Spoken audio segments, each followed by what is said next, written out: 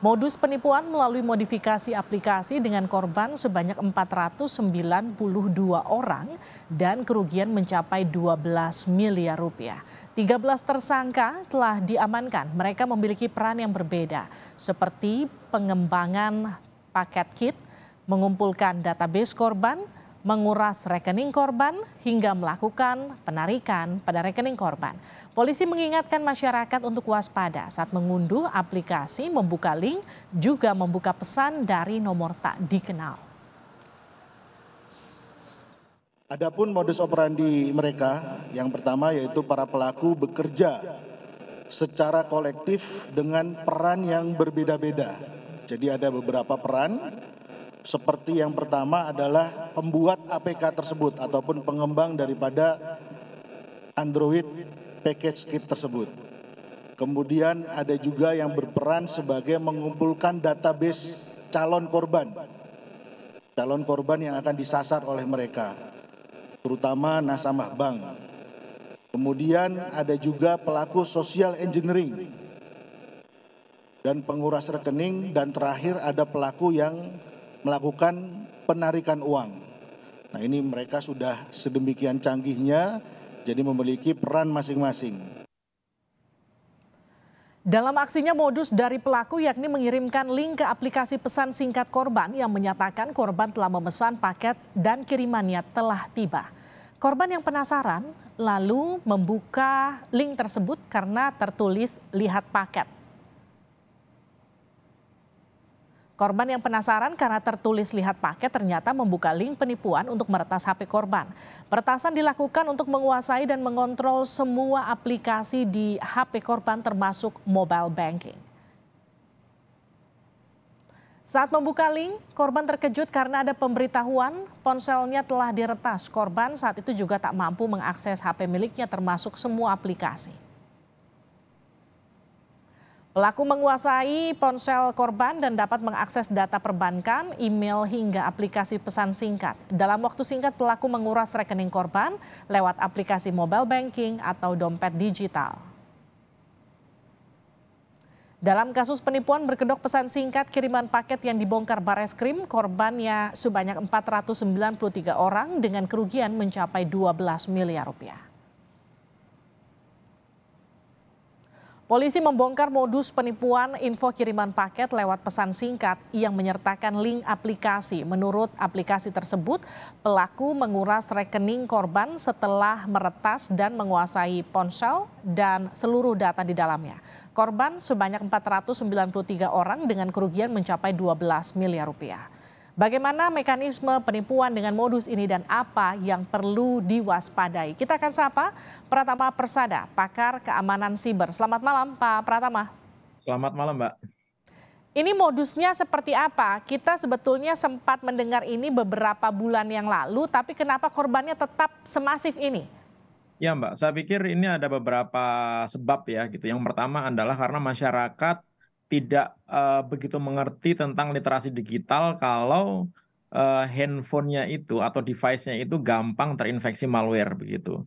Kemudian juga masyarakat kita ini terlalu percaya sama orang begitu, sehingga kan sekarang ini banyak orang belanja online ya gitu, sehingga biasanya kurir gitu motoin barangnya kemudian ngasih tahu kita, Pak, Bu, barangnya sudah sampai ya gitu. Nah, ini kebetulan yang dikirim itu bukan gambar tapi adalah aplikasi, ekstensinya APK gitu. Masalahnya tidak semua orang ngerti masalah IT kan, nggak ngerti masalah teknologi begitu. Sehingga ketika ada orang mengaku kurir gitu, seolah-olah dia kurir ngirim gambar, ini udah nyampe ya gitu. Begitu diklik ternyata nginstal aplikasi. Nah, celakanya sebenarnya ketika ngeklik link itu akan diminta permission gitu. Apakah boleh ngakses SMS, apakah boleh ngakses data, apakah boleh ngakses phone book, apa boleh. Nah, masyarakat kita suka nggak peduli, tekan yes, yes, yes, yes, Oke. sep gitu semuanya. Ini Ya, saya izin potong.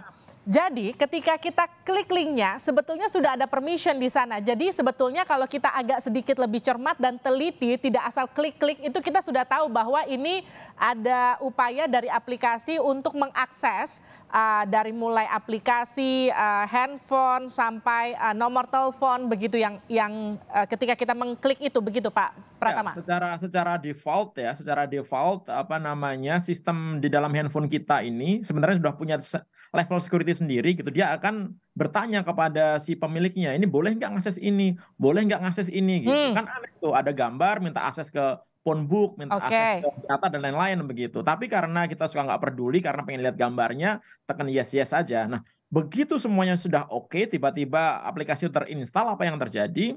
Aplikasi ini adalah malware, namanya tipenya adalah RAT gitu, Remote Access Tool gitu. Jadi dia bisa menginfeksi handphone kita dan bisa digunakan untuk mengambil alih handphone kita. Jadi handphone kita ini dikendalikan dari jarak jauh si pengirim malware-nya ini. Kemudian juga malware ini bisa melakukan sniffing terhadap apapun yang kita ketikkan di dalam handphone kita. Jadi kayak logger gitu, kita ngetik PIN dia bisa baca, ngetik password dia bisa baca gitu. Sehingga ketika dia mengakses handphone kita, kemudian membutuhkan PIN, membutuhkan password untuk transaksi, dia udah tahu itu. Sehingga dia bisa melakukan dari jarak jauh tanpa kita sadari gitu. Jadi handphone kita jalan sendiri gitu, Pak Pratama, kalau kita mengakses mobile banking sebelum kita mengakses aplikasi pertasan tersebut, apakah kemudian juga tetap terbaca ataukah memang baru terbaca setelah aplikasi tersebut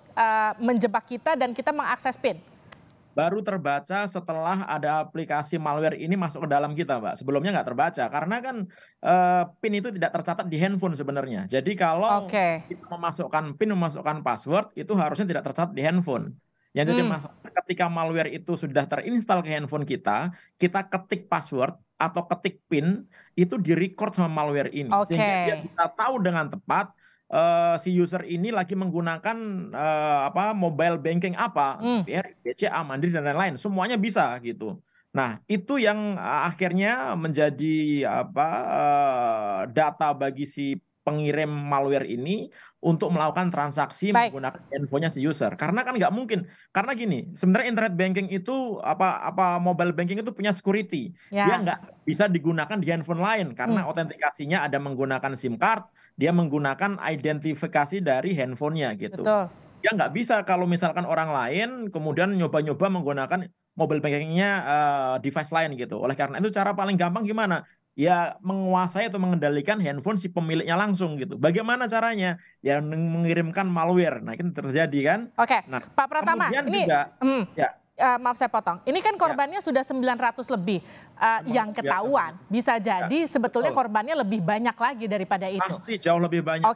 Sekarang kalau misalnya saya sempat pencet linknya, saya tahu dari mana saya itu sudah kertas atau belum. Saya bisa cek di mana dan apa yang bisa saya lakukan.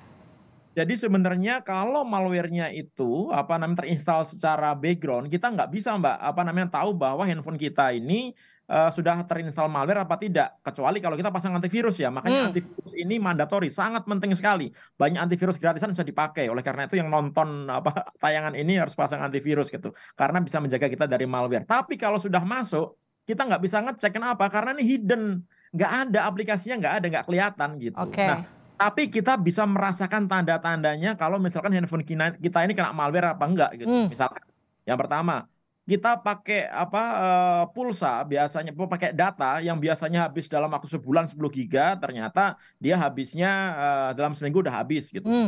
Baterai yang biasanya semalaman baru kita cas, tiba-tiba siang udah habis gitu. Atau tiba-tiba handphone kita taruh dalam keadaan idle, kita pegang kok hangat nih gitu. Berarti ada yang kerja di belakang layar nih gitu. Nah, itu ada tanda-tanda ada malware yang bekerja di handphone kita gitu. Atau misalnya kita dapat SMS dengan karakter-karakter aneh gitu. Atau misalkan tiba-tiba handphone kita terstart gitu. Nah, itu ada masalah di handphone kita, sehingga harus kita benerin dulu handphone kita ini gitu, supaya kita yakin bahwa handphone kita ini benar-benar clean. Pak, kita cukup hard reset ataukah misalnya katakanlah gini, penyelamatan pertama ketika kita curiga setelah pencet aplikasi, apakah kita terjebak atau enggak, apakah kita bisa langsung uninstall mobile bankingnya terus kita selamat atau gimana? Nggak bisa. nggak bisa kita install mobile banking ya, karena itu nggak ngaruh gitu. Oke. Kita install aplikasi M-Banking, kita install nggak ngaruh karena malware-nya ada di dalam handphone kita. Cara terbaik dan tercepat adalah kita backup semua data-data kita di device lain di komputer gitu. Kemudian kita lakukan factory reset. Setelah itu baru kita balikin lagi datanya dan install antivirus gitu. Oke, jadi harus factory reset ya, riset ulang semuanya ya. Iya. Tapi gini, ada beberapa malware yang dia masuknya bukan di sistem drive-nya device gitu. Dia bisa masuk ke EEPROM-nya. Artinya apa? Walaupun kita factory reset, tapi malware-nya nggak hilang gitu. Aduh, terus APK gimana ini dong? kayaknya sih nggak. APK yang digunakan untuk RAT ini kita factory reset dia bisa hilang gitu. Tapi ada malware-malware lain yang begitu masuk, dia masuk ke EEPROM, nggak bisa kita hapus walaupun kita di factory reset gitu. Oleh karena itu cara terbaik apa ya? Ganti handphone gitu. Oleh karena itu sebelum kita kena itu harus punya antisipasinya apa? Selalu update sistem operasi yang ada di handphone kita. Kemudian jangan menggunakan jangan install aplikasi dari pihak ketiga selain di Apple Store atau Google Play. Google Play sama Apple Store aja banyak aplikasi yang masih ada malware-nya, apalagi dari luar gitu. Ya kan? Nah, kemudian juga jangan klik link sembarangan. Udahlah, haram itu sebenarnya gitu. Kalau saya boleh bilang gitu, nggak usah lah klik link sembarangan. Kalau ada link, mendingan ketik aja di browser gitu. Misalnya dari bank gitu, ketik aja di browser gitu. Mencari informasinya. Jangan ngeklik linknya. Kenapa? Karena banyak juga malware yang dia tidak butuh permission dari user gitu. Jadi begitu kita klik, tiba-tiba pakai install aja gitu. Nah, itu bahaya. Contohnya beberapa yang kena, jurnalis kan dulu pernah kena itu kan. Begitu diklik tiba-tiba udah keinstall aja gitu. Nah, itu bahaya juga gitu. Oke, semoga perbincangan kita ini bermanfaat untuk para penonton yang menyaksikannya dan juga bisa mengantisipasi diri supaya tidak terjebak dalam aplikasi yang bisa meretas sistem keuangan kita. Terima kasih Pak Pratama Persada, pakar keamanan siber telah bergabung bersama kami di Sapa Indonesia Malam.